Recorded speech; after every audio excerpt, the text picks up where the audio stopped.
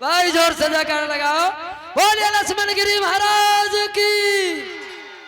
आइए मेरी बात बहनों, अपने कथा के प्रसंग पर आ जाए। इधर श्री सुखदेव जी कहने लगे हैं राजन परीक्षित,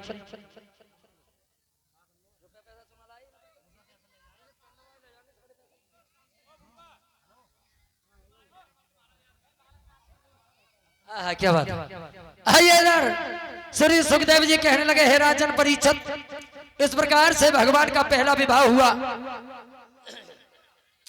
रुक्मिणी के साथ। अब तो देखिए दूसरा विवाह भगवान का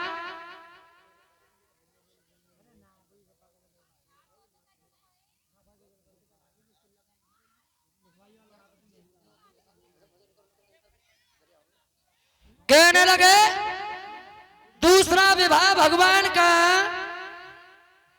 जामवंती के साथ हुआ और तीसरा विवाह भगवान का सत्राजित की बेटी सत्यभामा के साथ हुआ। चौथा विवाह भगवान का सूर्य पुत्री कालिंद्री के साथ हुआ। पांचवा विवाह सत्या के साथ हुआ और छठवां विवाह भगवान का भद्रा के साथ हुआ। सातवां विवाह भगवान कन्हैया की बुआ जो थी राजादी देवी, जो उज्जैन के राजा को ब्याही गई थी, उनकी लड़की मित्रवृंदा के साथ हुआ। इसके बाद परीक्षित भगवान कन्हैया के ये 8 विवाह हुए। 16,000 श्री सुखदेव जी कहने लगे परीक्षित, भौमासुर नाम का एक राक्षस था जो प्रज्ञोत सुरपुर में उसकी राजधानी का रहने वाला था। उसने 16,100 कन्याओं को अपनी जेल में कैद करके रखा था।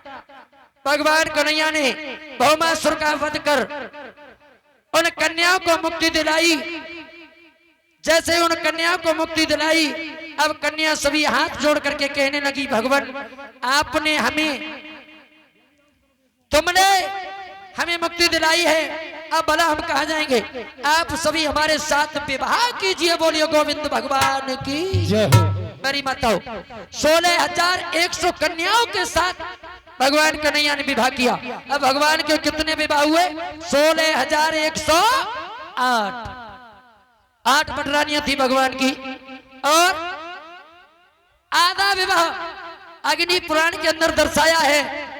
भांडीर वन में स्वयं राधा मैया के साथ में जो ब्रह्मा जी ने उसे पढ़ करके तैयार किया था, आधा विवाह राधा के साथ भांडीर वन में किया गया।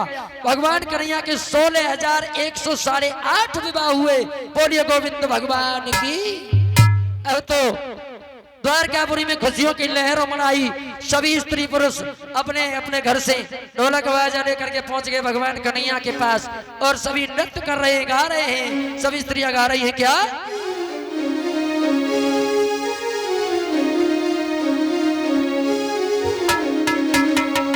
बोलिए गोविंद भगवान की।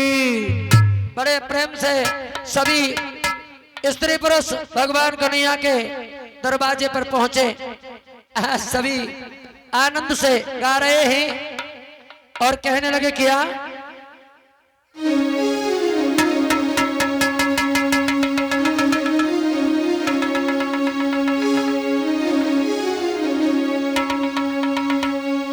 अरे ब्रज